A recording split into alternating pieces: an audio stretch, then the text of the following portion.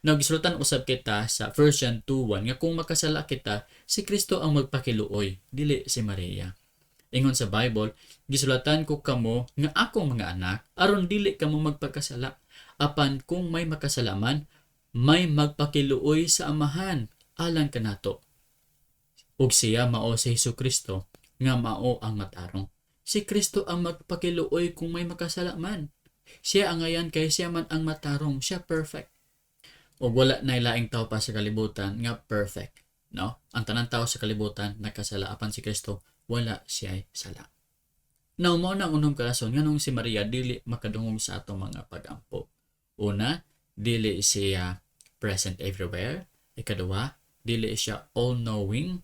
Ikatulo, dili siya gamhanan sama sa Dios. Ikaupat, never ang mga disciples ga-pray ngadto kang Maria. Never. Walay tao sa New Testament nga ga-pray ngadto kang Maria. Ikalima, never nagtulo si Jesus nga mag-pray kita kang Maria. Ikaunom, isa lamang ang tigpataliwala sa Ginoo ug sa mga tao sa kalibutan. Isa lamang ang mediator, isa lamang ang mediatrix, mao si Kristo Jesus. Ug wala nila ang pagmagpakiluoy para sa atong kaluwasan, para sa atong kaayuhan, mao lamang si Kristo Jesus. Si Maria usa ka example of faith.